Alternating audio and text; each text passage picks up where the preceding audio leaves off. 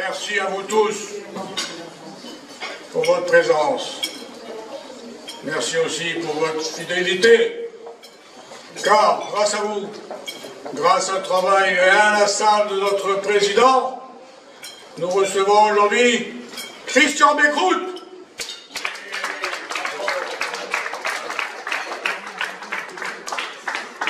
Ancien député du Nord, membre du bureau politique du Parti de la France, ici présent.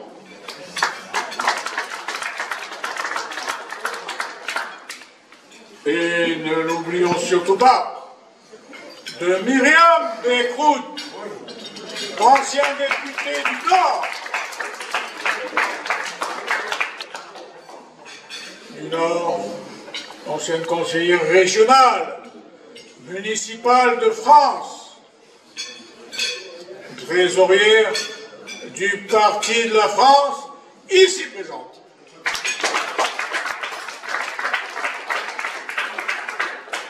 Et puis aussi, ne l'oublions pas, il est tout près de moi, Jean Verdon, ancien conseiller régional du Centre, membre du bureau politique du Parti de la France. Et ici présent, le voilà.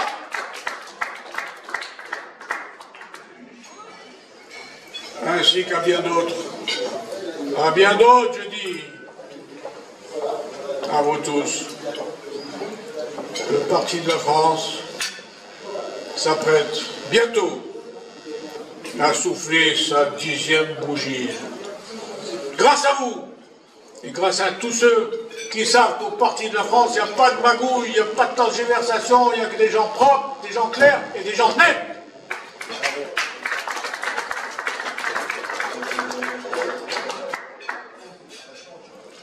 Eh bien, je vous demande à tous, ça c'est confidentiel, tous ceux qui nous aiment bien ici, qui se rendent compte que nous sommes des gens sérieux, et en respectant nos engagements, eh bien, ramenez-nous la prochaine réunion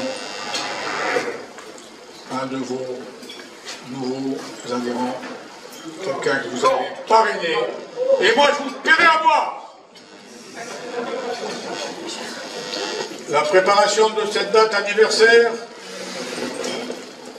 se fait à un moment où le pays est traversé par de fortes turbulences. Et l'actualité, quels qu'en soient les domaines, démontre bien au PDF, au Parti de la France, la justesse de ses analyses. Ainsi, plus que jamais, le Parti de la France voit l'urgente nécessité de continuer son combat de résistance et d'œuvrer pour la reconstruction d'une droite nationale forte, unie. Droite nationale forte, unie par un même langage, capable de répondre aux problèmes et aux souffrances du peuple français.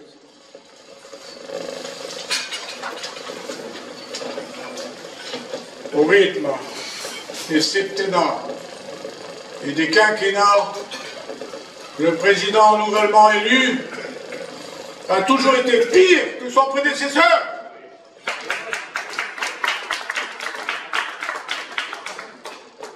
Ne parlons pas de l'actuel occupant de l'Élysée, qui gère notre pays comme une start-up et un grand coup de com'. L'État défaillant, a toujours répondu par des mesurettes à la sourde colère des Français. Hier, Hollande a reçu les affaires simplement salopard. Aujourd'hui, pire, Jupiter est terrassé par la foudre, qui a pour son nom les gilets rouges, les gilets jaunes, pardon. Pourquoi je dis rouge? C'est parce que vous ne savez pas ce qu'il fait la nuit, avec les barbouzes Enfin, je ne vais pas dire autre chose. Vous le savez bien, ce mouvement populaire des Gilets jaunes n'est rien d'autre que l'expression de la colère, de la détresse de millions de Français qui en ont assez d'être reconnus et respectés par ceux qui le gouvernent.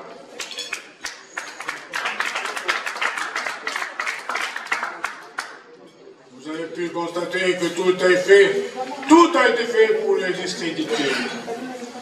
Les traiter par les forces de l'ordre comme l'ennemi à abattre, alors qu'ils sont les victimes d'une hyperfiscalité liée à une mauvaise gestion publique et victimes d'une immigration galopante.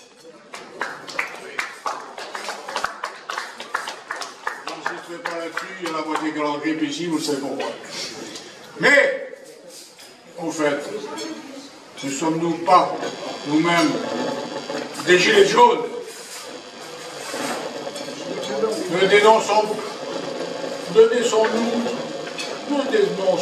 pas nous-mêmes, pas depuis de nombreuses années, le système, la perte de notre liberté d'expression, la perte de nos valeurs, tant culturelles que civilisationnelles, que chrétiennes, européennes, etc., etc., etc. Mesdames et messieurs, plus que jamais, continuons le combat dans un quart d'heure et courage. Alors, tous ensemble, vive le Parti de la France!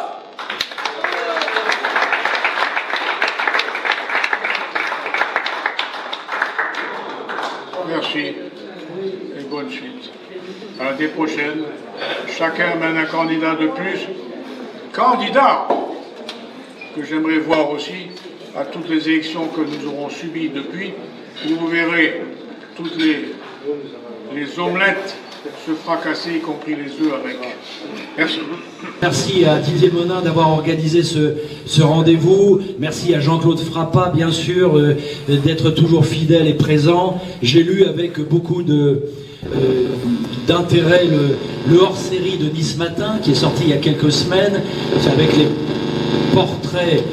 les portraits de pieds noirs qui ont réussi après l'abandon tragique de l'Algérie française. Et si mon souvenir est bon, le titre de l'article et de la formule de Jacques Perrat était le suivant: une nostalgie insurmontable et une douleur irrécupérable.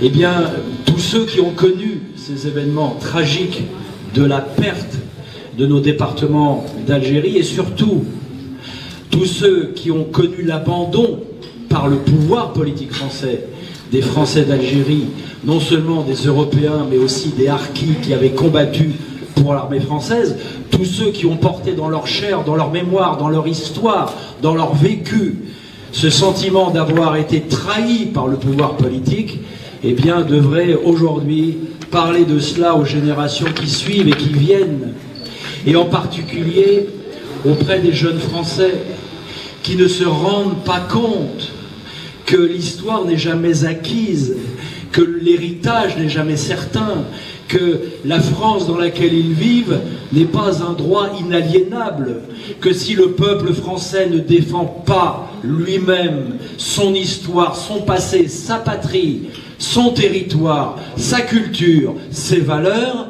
eh bien il sera remplacé par d'autres.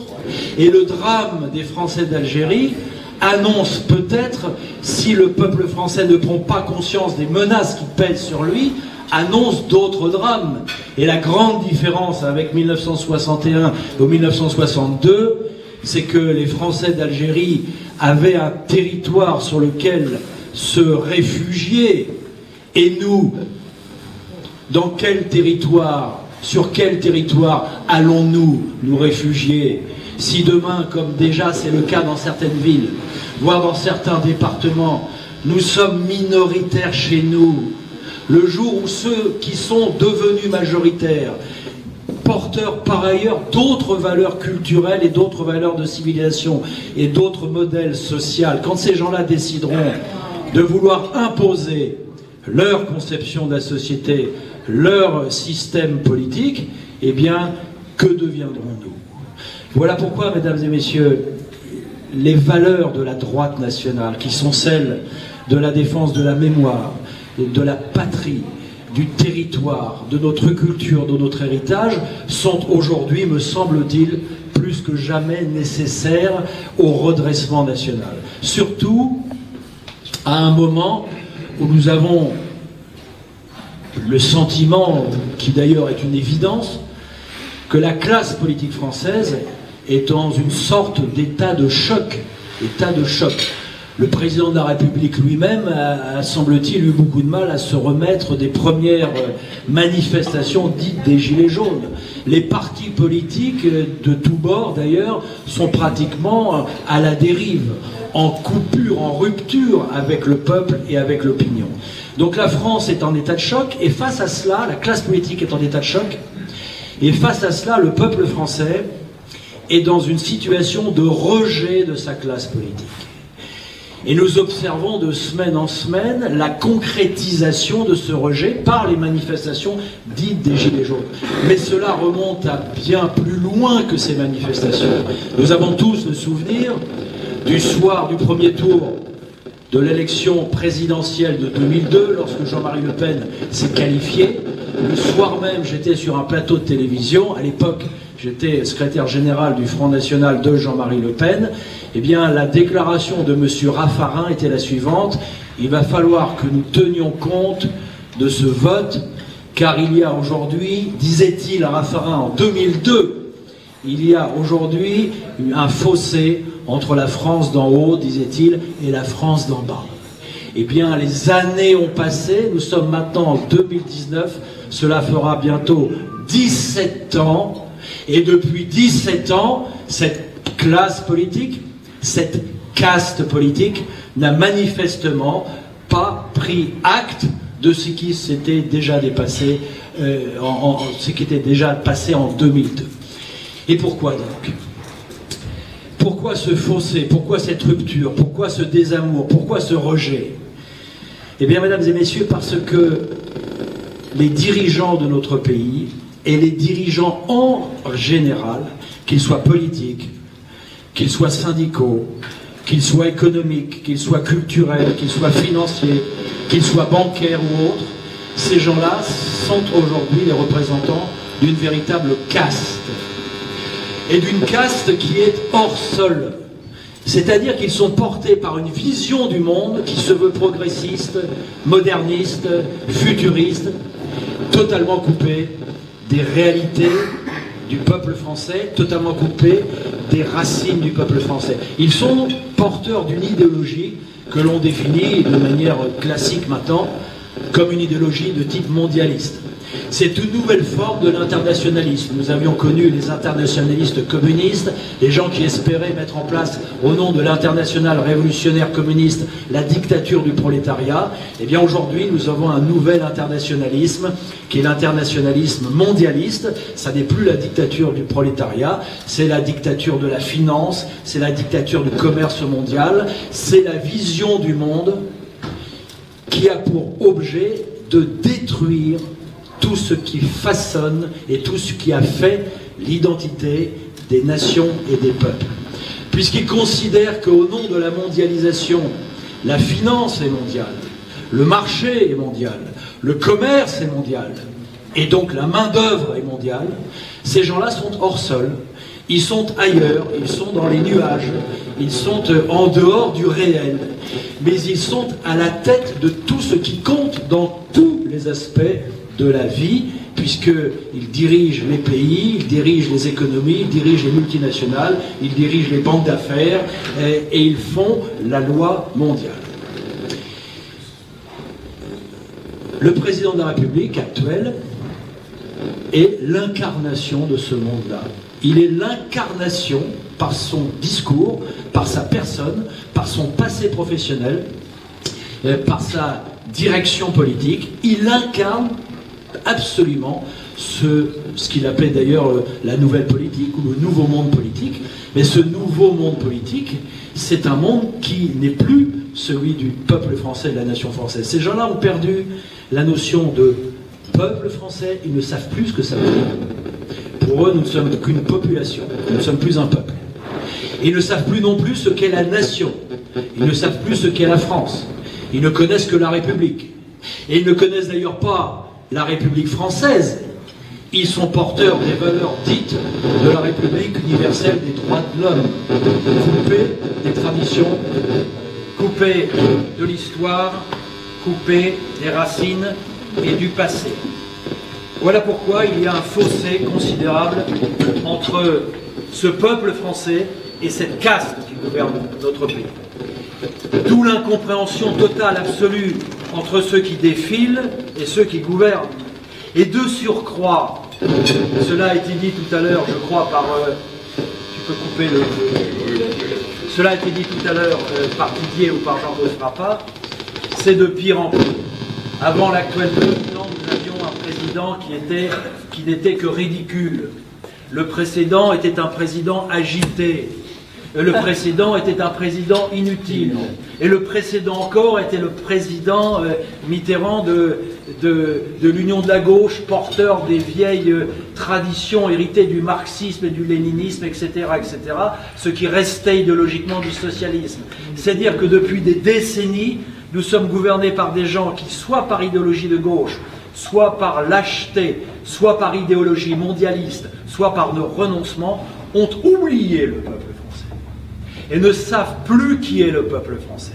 Et pire que cela, ce sont des gens qui, pour des raisons électoralistes, en espérant rester au pouvoir, ont organisé de manière systématique la venue dans notre pays de millions d'étrangers dont ils espéraient qu'ils formeraient dans l'avenir ce qui est arrivé depuis leur réserve électorale.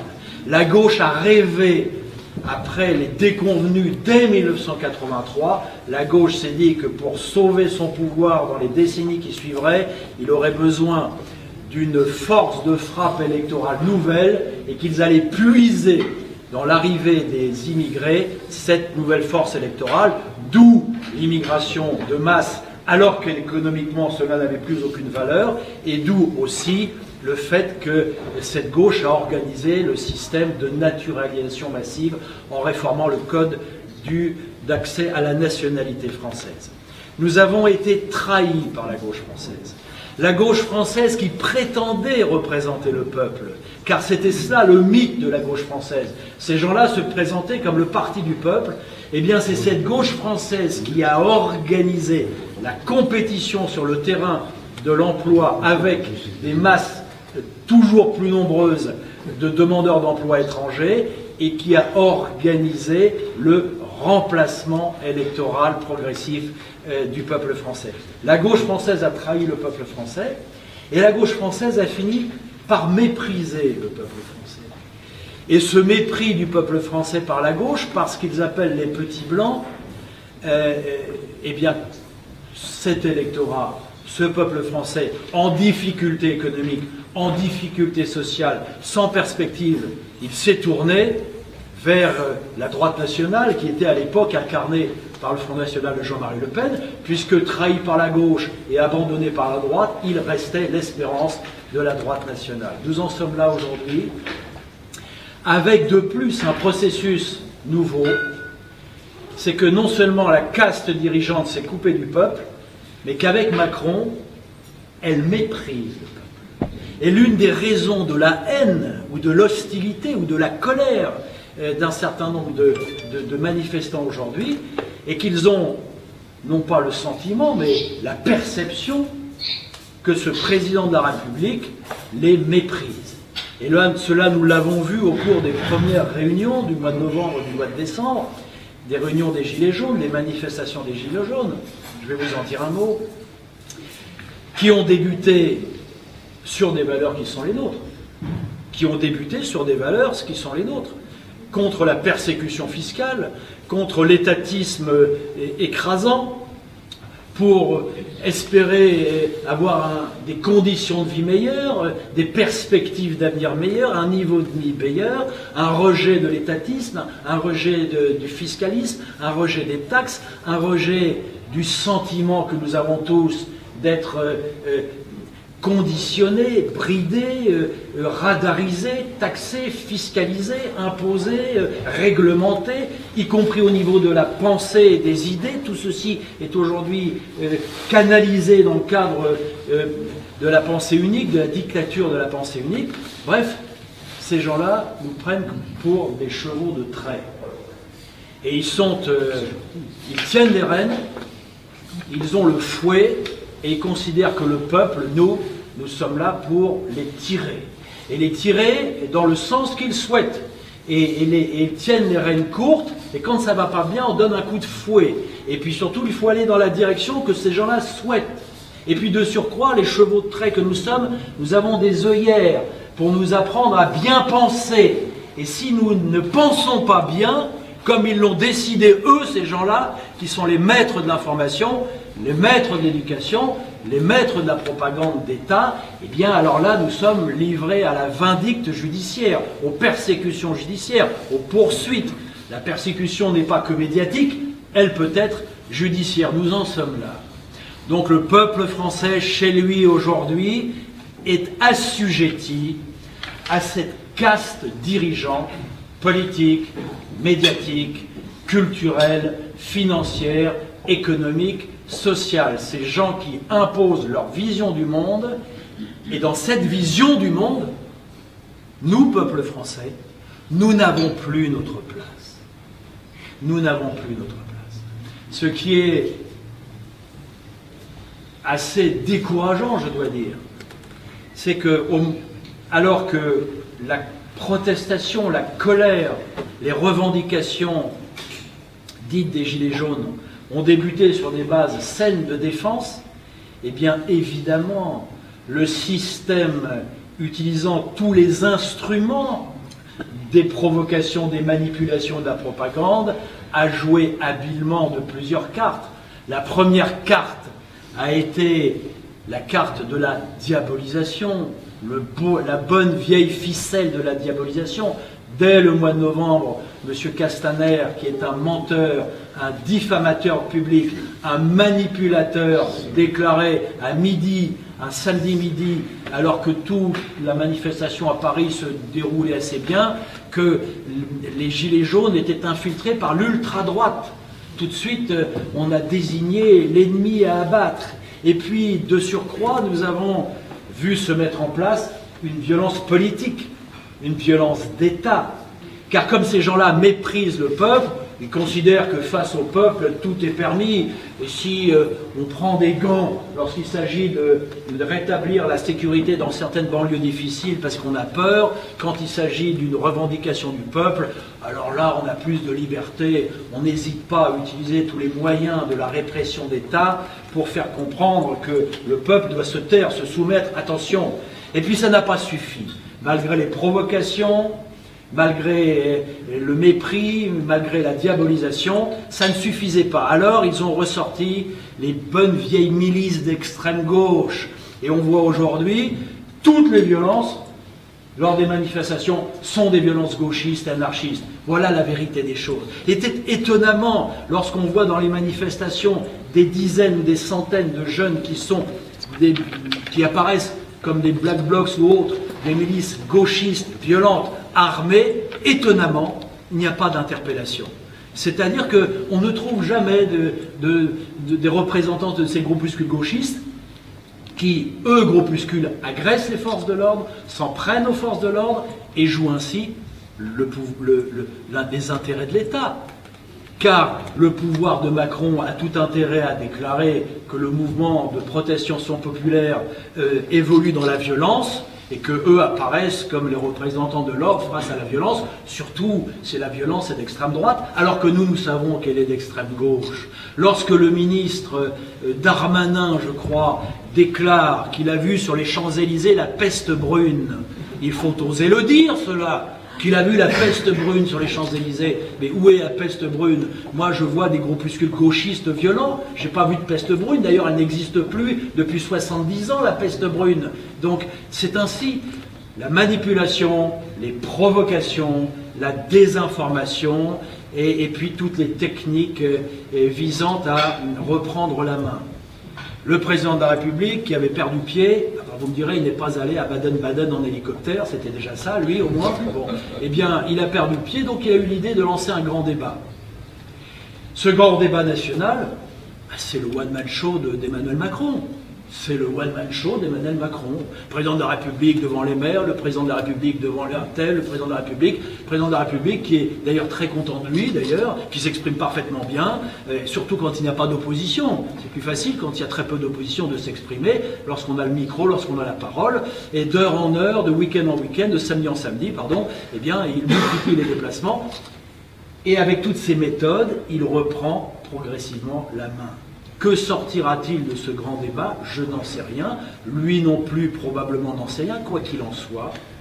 Mesdames et messieurs, il faut être conscient d'une chose. C'est que s'il n'y a pas d'engagement sur le terrain politique, eh bien, tout est stérile. Si les protestations restent au niveau catégoriel, restent au niveau local, si elles ne se concrétisent pas politiquement, elles disparaissent dans les sables de l'histoire. S'il n'y a pas de prise de conscience politique, s'il n'y a pas de prise de conscience historique, si tous ceux qui protestent et qui râlent, quels qu'ils soient, ne décident pas à un moment ou à un autre de rentrer sur le terrain du politique, eh bien, ils seront inutiles. Et ils rendront service à ceux qu'ils combattent, puisque le rêve de ceux qui dirigent, de cette caste dirigeante, c'est justement que personne ne vienne contester leurs précarés qu'ils se sont distribués dans le cadre des partis politiques financés par l'État.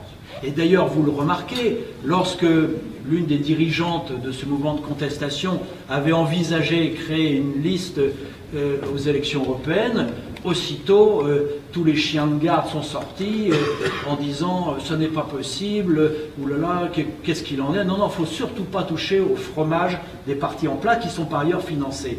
Autre élément intéressant de la confiscation démocratique, nous allons avoir des élections européennes fin mai. Le mode de scrutin est un mode de scrutin proportionnel sur une liste nationale. Parfait. C'est une liste nationale, c'est bien, c'est à la proportionnelle, parfait. Donc on se dit que dans le cadre d'une élection nationale à la proportionnelle, il y aura, je crois, a priori, sauf si les Anglais reviennent, il y aura 79 députés français à élire. Bon ben voilà, 79 députés français, avec 1,3%, on doit avoir un député européen. Eh bien, avec 2%, il n'y aura pas de député européen. Avec 3%, il n'y aura pas de député européen. Avec 4%, il n'y aura pas de député européen. Puisque les partis en place ont instauré la barre dite des 5%. Et ça, personne n'en parle.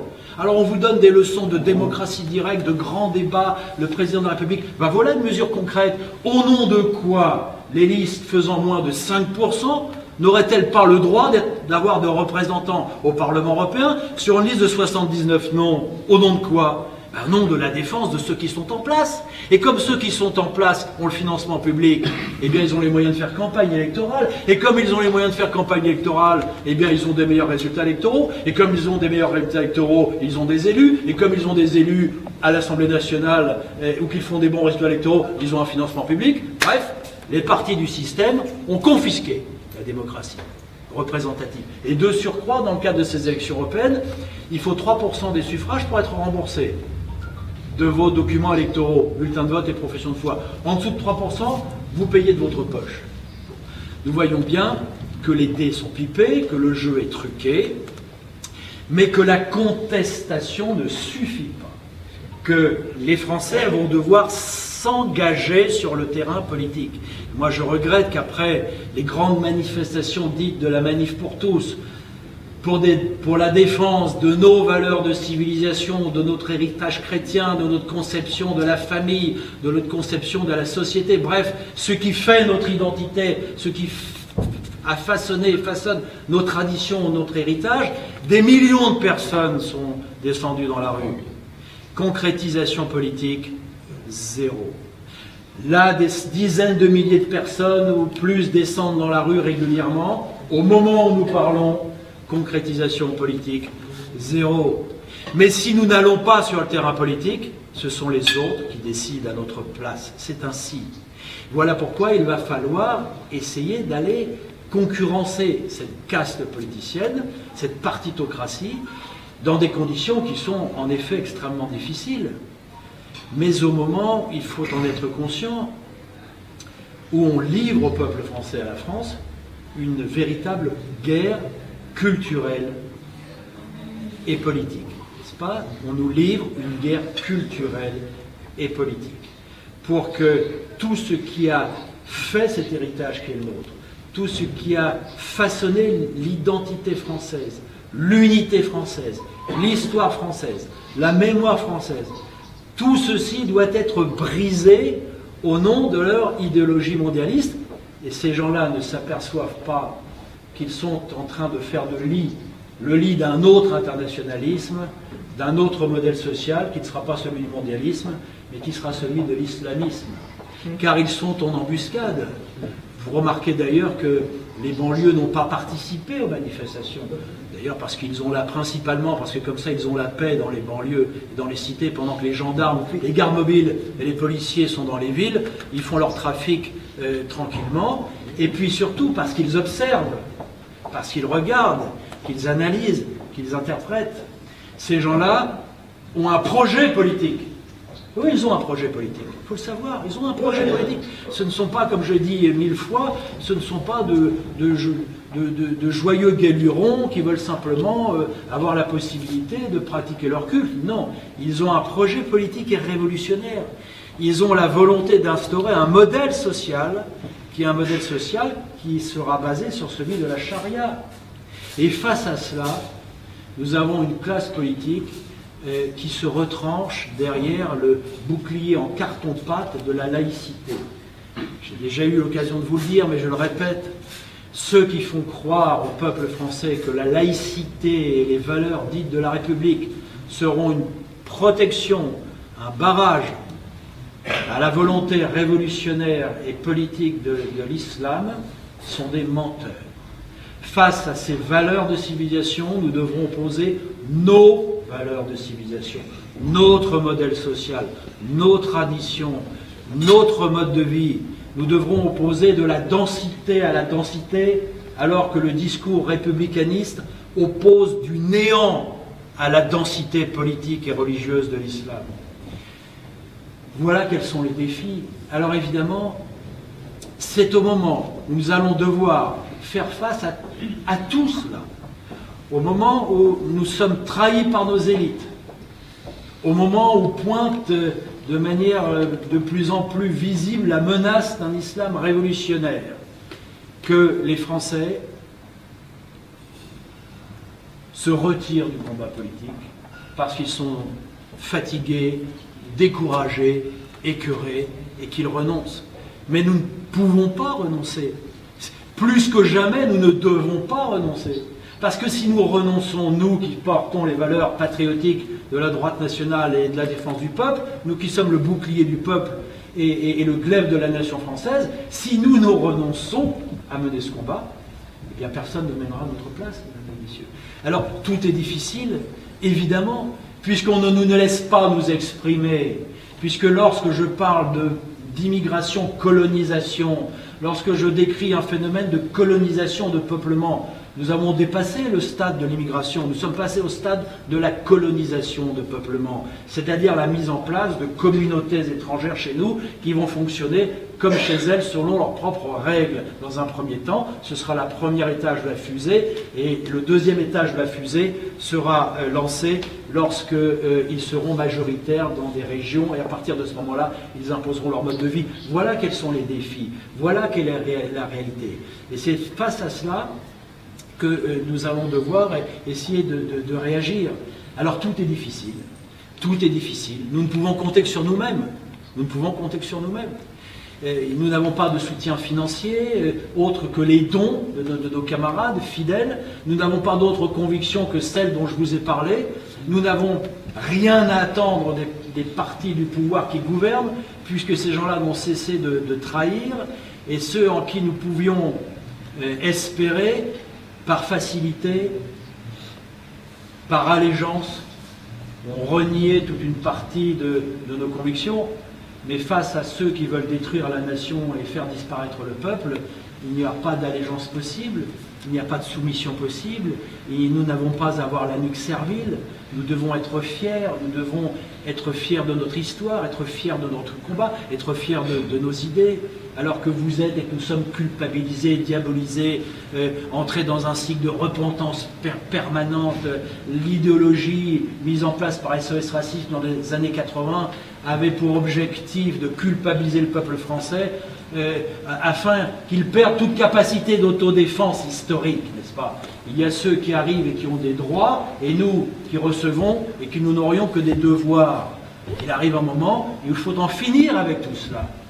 Et si ça n'est pas du peuple lui-même que vient la révolte et vient la prise de conscience et la volonté d'engagement, elle ne viendra pas de ceux qui sont censés nous représenter, ni de ceux qui dirigent le monde ou qui dirigent la France.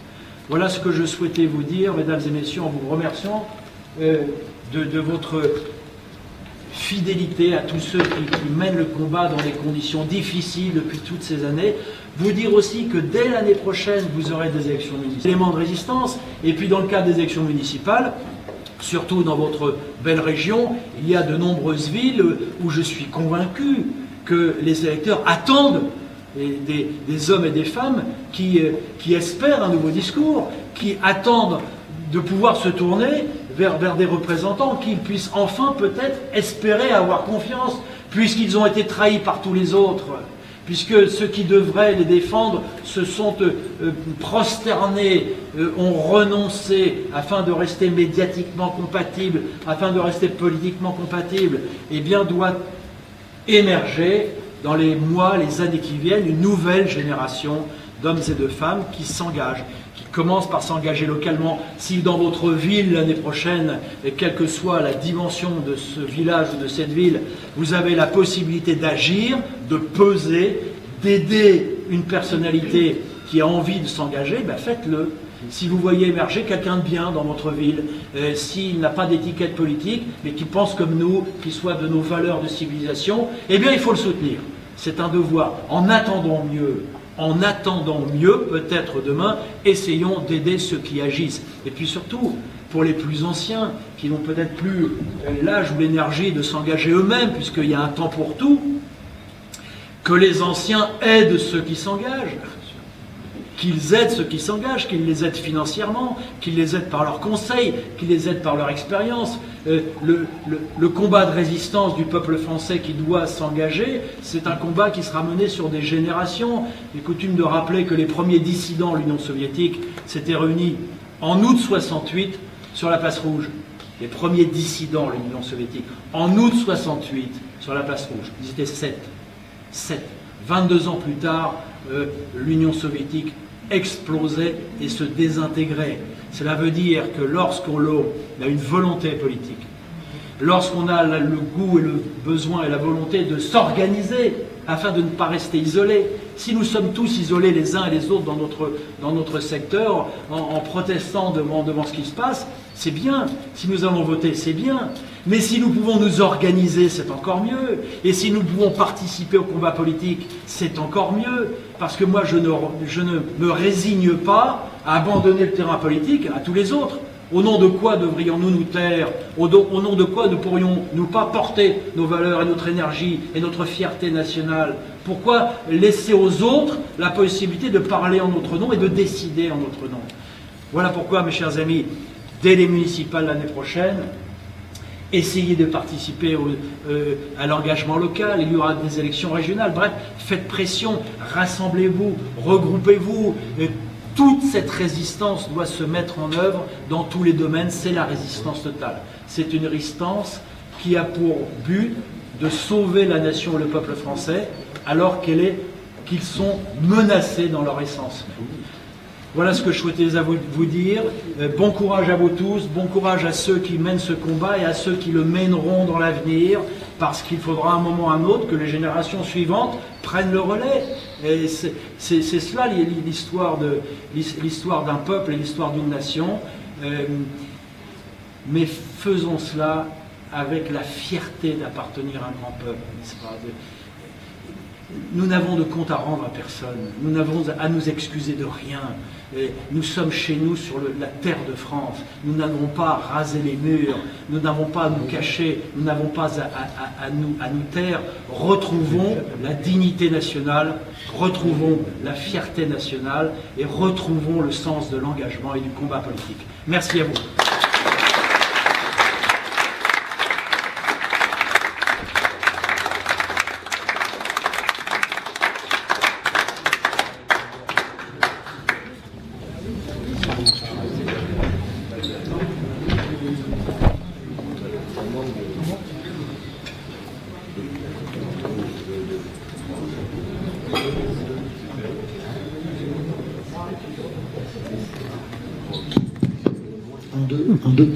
Oui, mesdames et messieurs, je voulais un petit aparté qui ne va durer que quelques secondes. Je voudrais vous signaler la présence parmi nous de notre ami et camarade Hubert de Mesmer, qui a écrit un très beau livre. Alors je ne suis pas là pour faire de la publicité, mais je vous demande un peu d'attention à ce livre. Nous avons la chance d'avoir Hubert parmi nous, qui est des nôtres, qui a beaucoup travaillé pour la cause durant toutes ces années. Et je vous invite à acheter son livre, il en reste très peu. Donc voilà, je vous le signale. Je voudrais également remercier nos services de sécurité, le SAP, qui a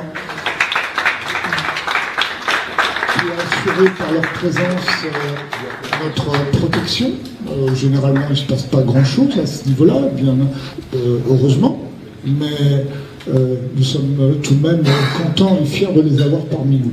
À la tête du SAP, nous avons Philippe Ponge. Montre-toi, Philippe, est-ce que tu les amènes? Viens avec moi. J'aimerais qu'on te regarde un petit peu, qu'on te voit, parce qu'on ne te voit jamais. Tu es un homme de l'ombre. Et je ne vous cache pas que si je n'avais pas Philippe près de moi pour faire ce travail de secrétaire départemental, je ne vous cacherai pas que je serais un peu handicapé. Parce que je suis un gros nul en matière de technologie nouvelle et je m'appuie beaucoup sur Philippe. Bon, c'est laborieux, allons-nous dire. Mais bon, voilà, je voulais... Je suis content, je suis chez toi. Je suis content. Merci de m'avoir laissé passer après deux brillants orateurs, c'est toujours sympa. Ça arrive, on se dit bon, ben, on passe derrière. Alors moi, on parle d'un temps que les jeunes ne peuvent pas connaître, disait-on. Je ne peux pas connaître ce temps-là, même si j'aurais été honoré de combattre dans vos batailles, de lutter pour la France dans ces années-là. J'en ai pas eu l'occasion. Aujourd'hui, moi, je suis dans un système corrompu, certes. Un système qu'est-ce qu'il est. Aujourd'hui, j'ai la chance de vivre dans une branche politique, et c'est pour ça que j'ai répondu à l'appel du PDF et du parti de Karl Lang, parce que c'est ma sensibilité politique. Je l'ai toujours eu, j'en suis fier, et c'est de la fierté de vous voir tous ici, c'est de la fierté de pouvoir vous parler, m'adresser à vous, et en même temps, c'est une grande fierté d'avoir vécu il n'y a pas si longtemps les Gilets jaunes. Alors les Gilets jaunes, moi, je les ai soutenus, je les ai maintenus dans leur cap, dans leur revendication sociale, dans ce qu'ils pouvaient apporter. Aujourd'hui, c'est la symbolique d'une France qui saigne, d'une France qui a souffert, qui souffre encore, et aujourd'hui qui n'arrive plus à avoir ses fins de mois. Aujourd'hui, quand on arrive à la fin du mois, avant c'était peut-être le 20, c'était le 15, c'était le 5. Aujourd'hui, en début de mois, déjà, on a la dame à la maison qui nous dit je ne sais pas comment je vais finir le mois. Et ça, c'est triste. Pour autant, je ne laisserai pas vilipender la politique, parce que la politique, c'est l'organe essentiel de notre défense. Aujourd'hui, quand des Gilets jaunes m'ont invectivé à La Ciotat, qui est ma ville, parce que j'en suis conseiller municipal, et qui m'ont dit, mais monsieur Farina, je ne comprends pas, nous on est Gilets jaunes et vous ne revêtez pas le Gilet jaune. Le Gilet jaune, il n'est pas une symbolique aujourd'hui d'une conscience politique. Aujourd'hui, le Gilet jaune, vous le mettez certes parce que vous avez un quart de steak dans l'assiette, où vous avez 2-3 frites, mais moi, le Gilet jaune, je l'ai porté dans le cœur depuis longtemps. Où étiez-vous quand moi je vous ai défendu au conseil des territoires au conseil municipal, quand j'ai travaillé jusqu'à pas d'heure, quand j'ai monté mon parti politique, la Ligue patriotique, qui a que 2 ans d'existence, et quand je me suis battu jour et nuit pour parler à l'Europe, quand je suis parti en Suisse ou parti à Barcelone, et que j'ai défendu les idées de la droite nationale. En essayant toujours de faire ce lien qui est aujourd'hui, et j'ai répondu à cette invitation parce que j'ai vu union des droites. C'est une union que chacun demande. Aujourd'hui, on a tous envie qu'on se tienne la main. Aujourd'hui, on parle de communautarisme, de communauté, de gens qui se serrent les coudes, mais je ne vois pas au sein du peuple de France des gens se serrer les coudes aujourd'hui. Je vois une société qui nous a mis au milieu l'individualisme, le capitalisme, loin de moi l'idée d'être communiste, loin de moi.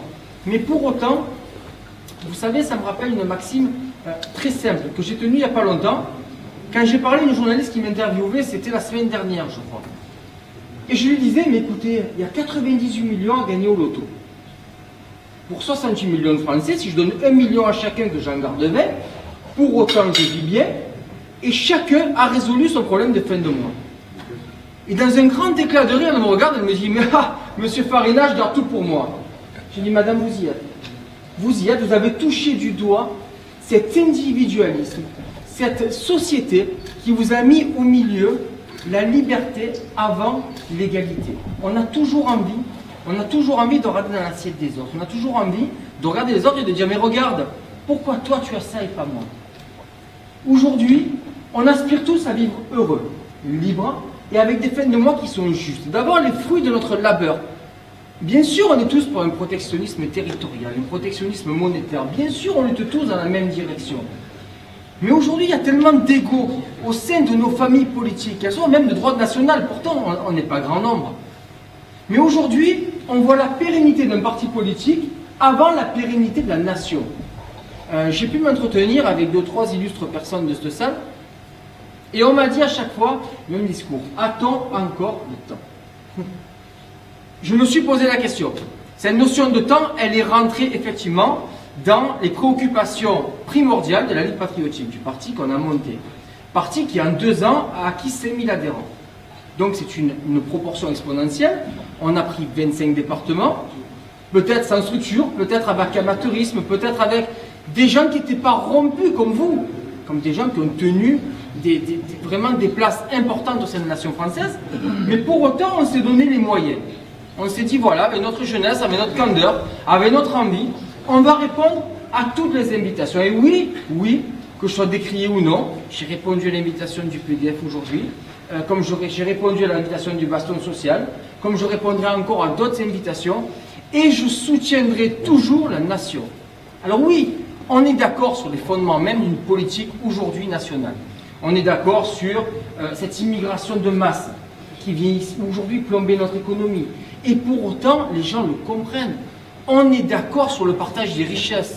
On est d'accord sur le fait de tenir nos mairies. On est d'accord pour ce fondement catholique. Ici en France, ces racines chrétiennes. Et aujourd'hui, on s'aperçoit que le discours qu'on tient aux gens, quand vous en tenez 5 minutes, on disait tout à l'heure, les gens vous disent, non mais il n'y a pas d'arabe dans mes rues, mais il n'y a pas d'immigration. Mais M. Farina, c'est pareil, c'est un discours raciste. Il n'y a pas plus de racisme que d'ostracisme, que de choses que je remarque aujourd'hui. Aujourd'hui, quand vous tenez le discours suivant, vous expliquez aux gens, mais regarde bien, on part, pour ne pas partir trop loin, parce que vous savez, les gens ont très peu de culture. Pour autant, si je suis en désaccord aujourd'hui avec la culture moderne, avec ce qu'apprend l'école, c'est vrai que l'éducation nationale n'incline pas à apprendre notre histoire de France telle qu'elle s'est passée réellement. Mais pour autant, quand on parle des accords de Yalta, c'est assez près de certaines personnes et ça les touche un peu.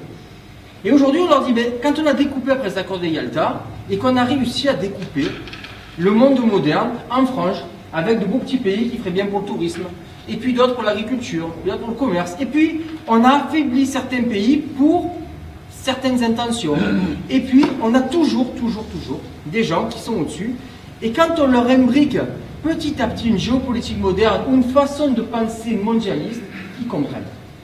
C'est quelque chose d'hallucinant où il y a quelque temps, on nous traitait de complotistes, et aujourd'hui, on nous donne raison. Raison pour le fait que quand il y a 2% aujourd'hui de la population mondiale qui détient les richesses de 98%, ça ne peut pas être un fait anodin. Ça ne peut pas être une décision comme ça ne peut pas être un hasard qui s'est passé. Il faut bien que cette construction, il faut bien qu'il y ait des gens qui aient pensé à se répartir des richesses, qui aient décidé que des mouvances de population comme ça soient arrivées pour affaiblir certains pays et en enrichir d'autres. Et ce partage des richesses, cette espèce de nomenclature européiste, mondialiste, on peut la nommer comme on veut. Quand on arrive à expliquer à des personnes, certes elles étaient un peu longues, il y avait une petite frange de population qui comprenait. Mais aujourd'hui, les Gilets jaunes ont permis une accélération de ce processus. Il n'y a pas si longtemps, si vous aviez expliqué le traité d'Aix-la-Chapelle, si vous aviez expliqué le pacte de Marrakech, on vous aurait ri au nez, on vous aurait dit, mais de quoi vous me parlez? Aujourd'hui, je suis petit français, j'ai mon assiette, un steak dans l'assiette, et j'ai pas besoin de regarder ailleurs. Mais maintenant qu'on leur a parlé, on leur explique qu'il n'y a pas de gilets jaunes, on ne va pas diriger, ben, je parle d'un ancien maire, on ne va pas maintenant régir pour une majorité, on ne va pas régir pour une unanimité. Aujourd'hui, on va essayer de travailler pour une intelligence, une majorité de personnes qui comprennent que le but commun est d'accéder au bien commun. Quand on va leur expliquer, qu'on leur dit, mais écoutez, regardez ce qu'on vous fait. Tous gilets jaunes qui sont, quand plein de gens ont une différence, ils sont venus me voir, ils m'ont dit, vous savez, nous, c'est pas la peine, on rejette les politiques, on n'en veut pas. Je leur ai dit, je suis d'accord. Mais vous allez voir qu'au sein des gilets jaunes, il y aura des jaunes clairs, des jaunes foncés. Ah non, c'est pas possible parce qu'on va diriger un consensus avec plein de personnes qui gèrent. J'ai dit, vous n'allez pas m'expliquer aujourd'hui. Si je mets le pacte de Marrakech au milieu, ça s'est bien vu. On les a vus se déchirer entre eux. On a vu que c'était des jaunes foncés puis des jaunes clairs. On a vu que c'était quand même pas les mêmes obédiences et qu'ils se regardaient à ce point du doigt et disaient, je savais pas que c'était comme ça. On a vu il n'y a pas si longtemps flotter les drapeaux de Mélenchon. On a vu la CGT ressurgir.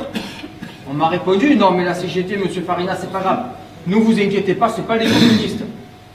Ça chante quand même l'international et c'est quand même bien imprégné.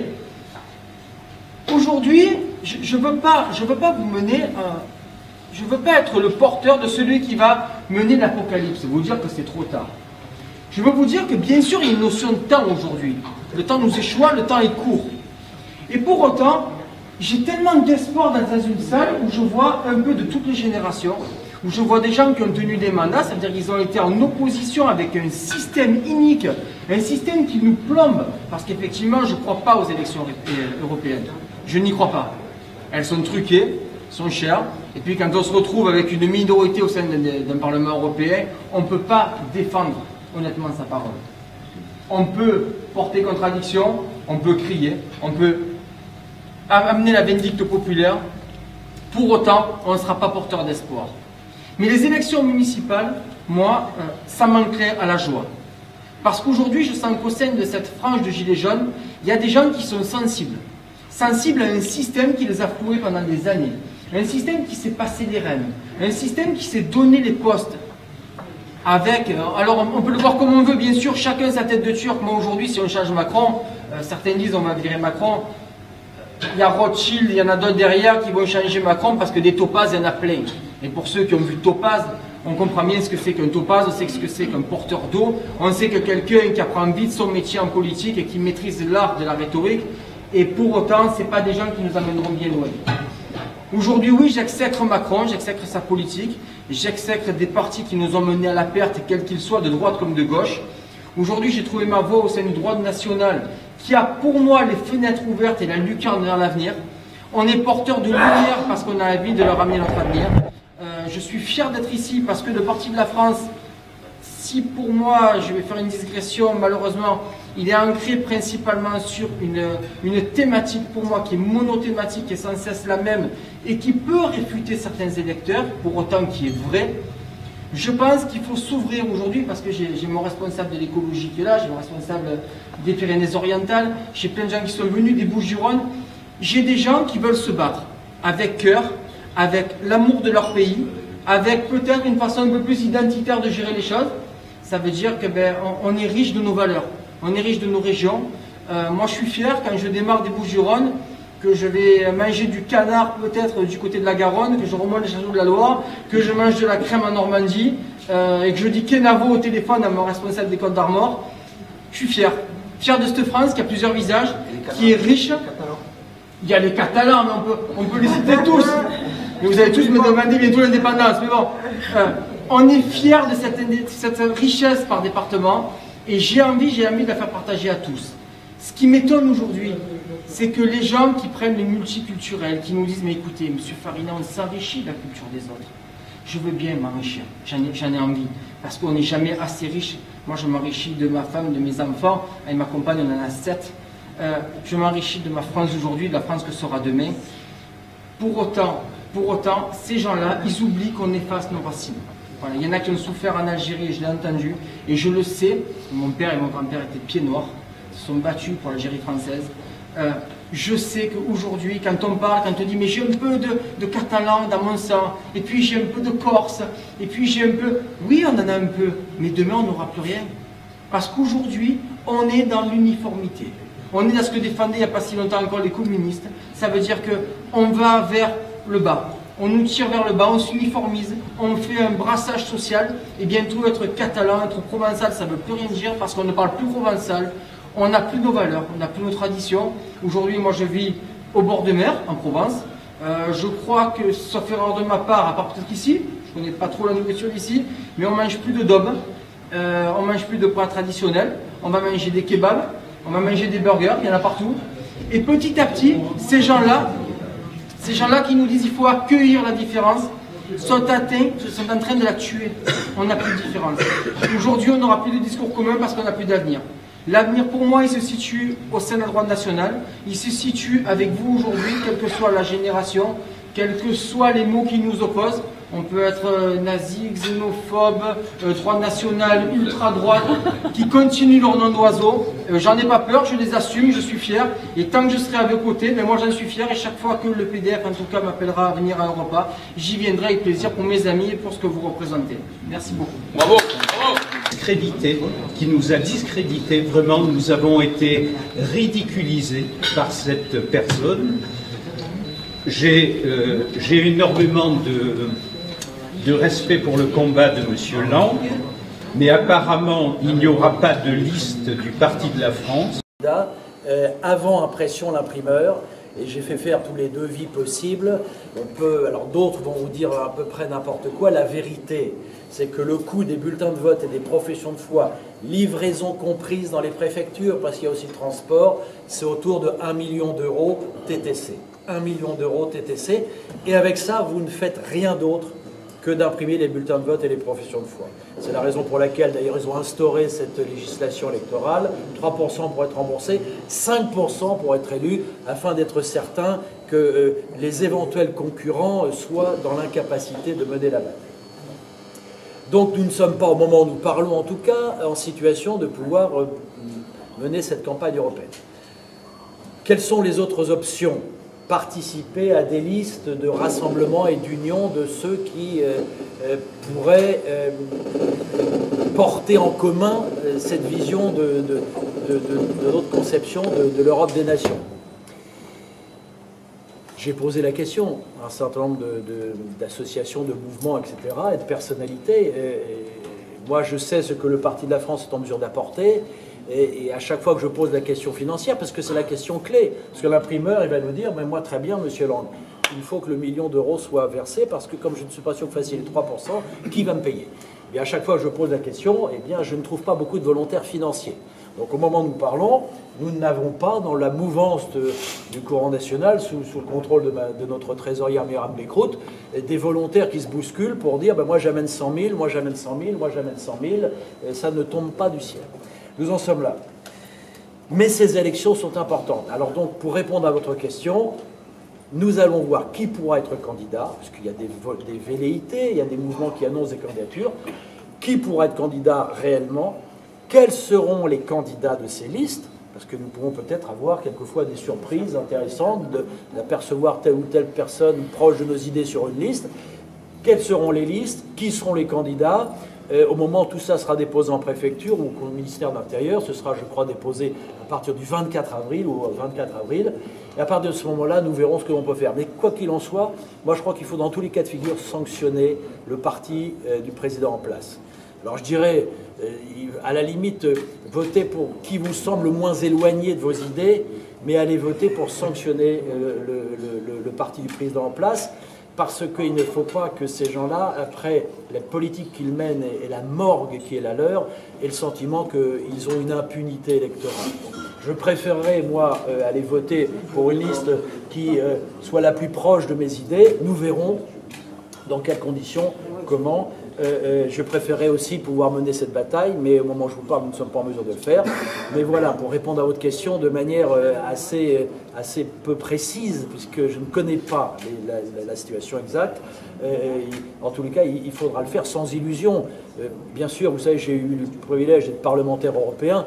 Nous savons très bien quelles sont les limites dans cette Europe-là, n'est-ce pas? Nous avons témoigné, nous avons agi, nous avons combattu, nous avons défendu nos idées, ça n'a pas été inutile. Ce fut un combat de témoignage et d'engagement et de défi, puisque nous n'avons cessé de défier les gens qui portaient ce discours d'Europe de Bruxelles contraire à l'intérêt national.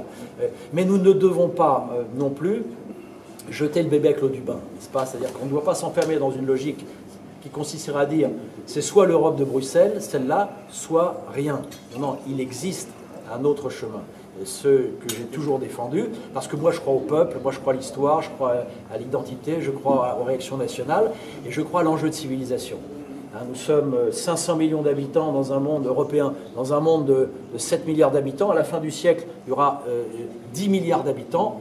Si l'Europe, si les peuples d'Europe, qui ont une histoire commune, une civilisation commune, ne sont pas en mesure de s'organiser dans le respect des identités nationales et des souverainetés nationales, de s'organiser pour opposer au mondialisme idéologique un bloc de civilisation et un bloc politique et un bloc de peuplement, à ce moment-là, nous serons balayés par le courant épouvantable de la destruction des nations et des peuples. Voilà pourquoi cette bataille européenne, elle est importante, et Jacques a raison de le dire. Voilà, alors votons pour le moins mauvais, si j'ose dire, mais allons voter. Et dans le pire des cas, votons blanc, n'est-ce pas? C'est aussi un moyen de marquer une volonté d'expression, même s'il n'est pas pris en compte, c'est tout de même un moyen de s'engager. Ne restons pas spectateurs. La règle générale, c'est ça. Essayons d'agir, essayons de ne pas subir, essayons de ne plus subir. Au moment où justement notre tentation est le repli, n'est-ce pas? Nous sommes tous, et dans les discussions on l'entend, nous sommes découragés et la tentation c'est le repli. Eh bien non, il faut résister à cette tentation et nous mettre en mesure toujours d'agir, de peser, de nous faire entendre. Voilà ce que nous pourrons faire. Mais le plus important, cela a été dit tout à l'heure, ce ne sont pas ces européennes, elles passeront vite. Ce sont les municipales. Ce sont les municipales très importantes, ce sont des régionales, ce sont d'autres batailles politiques. La règle, c'est de ne pas subir. Je crois d'ailleurs que c'était la devise d'un régiment parachutiste. Ne pas subir. Voilà.